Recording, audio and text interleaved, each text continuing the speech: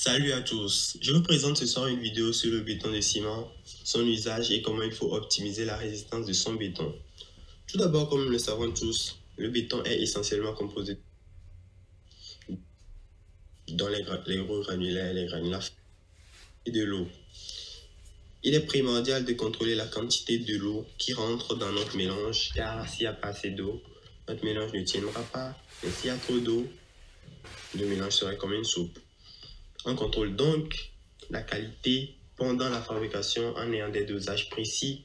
Et puis une fois que le béton sort du malasseur, on fait comme à la plage. On fait du pâté et on retourne le seau. Et puis en fonction de l'affaissement du pâté, on détermine si le béton a assez d'eau ou s'il en a moins.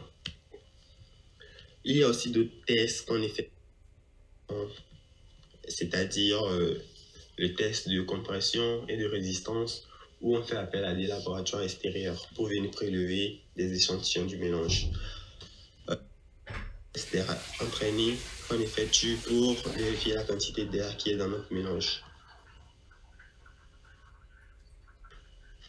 Aussitôt que le béton est mis en place, il est très important de vibrer avec une aiguille vibrante, non seulement pour bien répartir le béton dans le coffrage, mais surtout pour évacuer l'air emprisonné dans le béton, car s'il restait des poches d'air dans notre mélange, le béton serait fragilisé.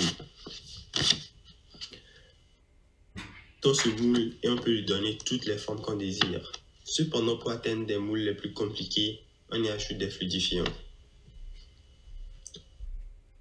L'autre problème qu'on a, c'est le climat.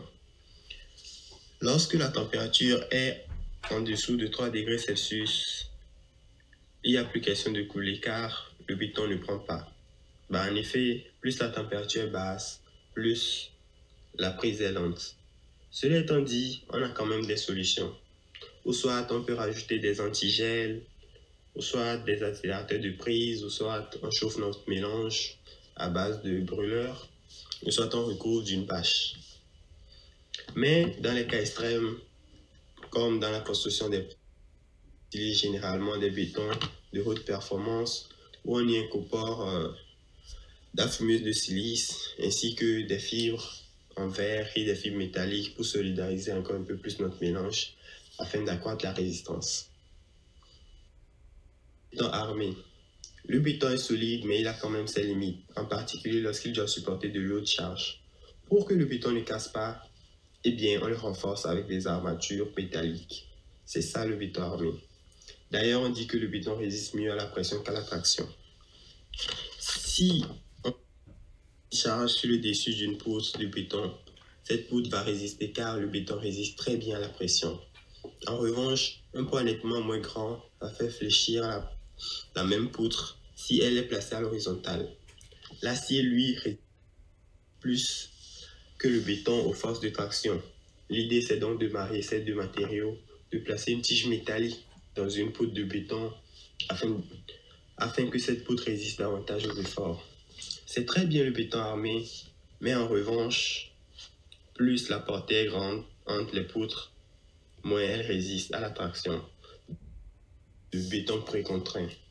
Pour obtenir un béton précontraint, on utilise toujours des tiges en acier qui ont tendance à recouvrir leur état initial lorsqu'on les incurve pour fabriquer une poutre dite en béton précontraint. Dans la fabrication, on ira incurver une tige, la maintenir incurvée et couler le béton par-dessus. Une fois le béton sec et le coffrage retiré, la tige de métal aura tendance à recouvrir sa forme initiale. Du coup, c'est le béton qui va s'incurver. Seulement une fois mise en place, elle va s'affaisser sous son propre poids. La tige va à nouveau s'incurver et comme elle aura tendance à reprendre sa forme initiale, elle va